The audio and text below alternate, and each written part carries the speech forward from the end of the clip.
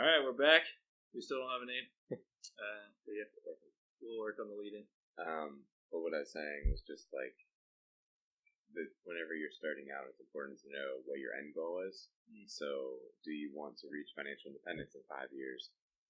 Are you just planning for retirement in 30 years, 20 years, 10 years, 5 years, whatever?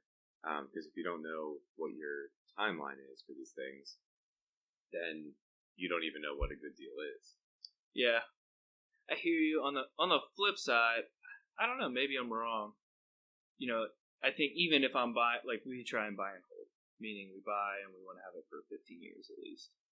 And basically, the idea is your mortgage payment goes down over time, and a lot more goes to your pocket essentially. But like, we still want year one solid numbers, solid math. Partly because of where we are, we want, we're in like a more greedy phase of our life. I guess we're not like sheltering wealth. We're trying to escape the rat race. Yeah. The other thing that a lot of people, when they're doing that, miss out on too is the headache factor. I call it. Yeah. Just totally. The cheaper the place and the more of a deal it looks like on paper, the far more headaches that you're going to have.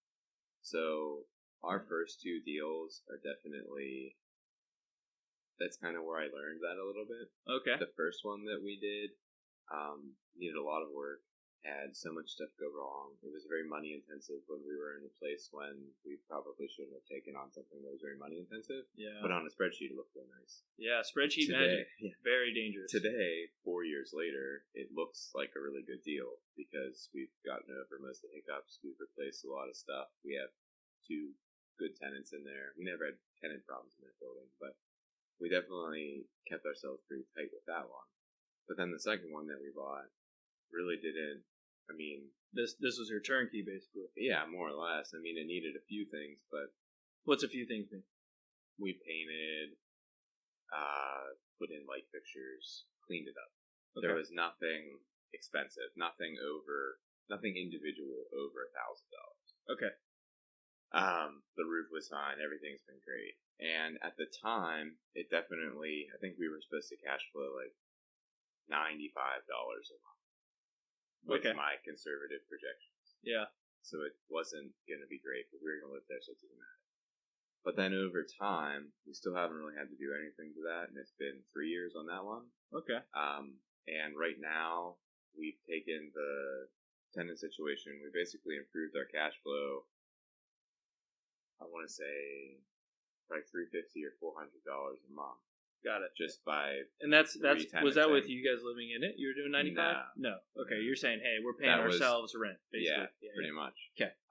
Just trying, because people always expect like I'm gonna make $300 and live in one half, and it's like, yeah, maybe a couple years ago you could have pulled that off, but that's tough to do right now. But we increased the rents of both units from what we thought they would over time. The rental market really picked up. What does that look like? What does that rent ramp? So you started at $650 and you got it up to $900, or what? We started, downstairs tenant was at $600 when we got it. For a 1-bed, 1-bath? 1.5 bed. There's a bedroom. There's like 2 bedrooms, but it's a Pittsburgh 2-bedroom where it goes through one bedroom to get to the other. Oh, okay. Yeah. Yeah.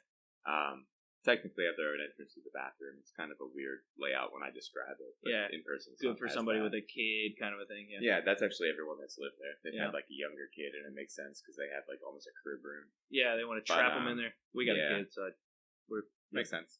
We would do that. So they started out, I think, it was either 600 or a little under 600. We upped those people to $650. Mm-hmm. They in a year. Yeah. When they were up, it was probably 5 or 6 months. And then they ended up having some interrelationship issues, so then they kind of left. Kind of left? Yeah. He left. She was left with the rent by herself. I could tell she wanted to stay, but I could tell she wasn't going to afford it. Yeah, it was just too tight. So I just had a conversation with her and said, like, hey, do you want to just leave? Just pay me rent until I find a tenant. I'll start looking for a tenant.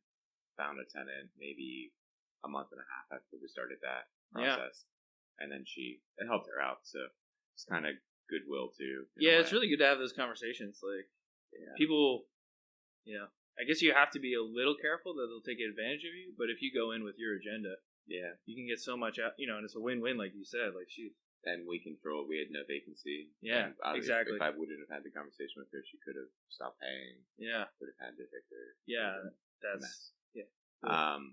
And then the next people we found, they were in there at $775. Okay. Total. They were in there for almost 2 years. Okay. They had a child when they arrived, and then they had a second baby. So then it just became two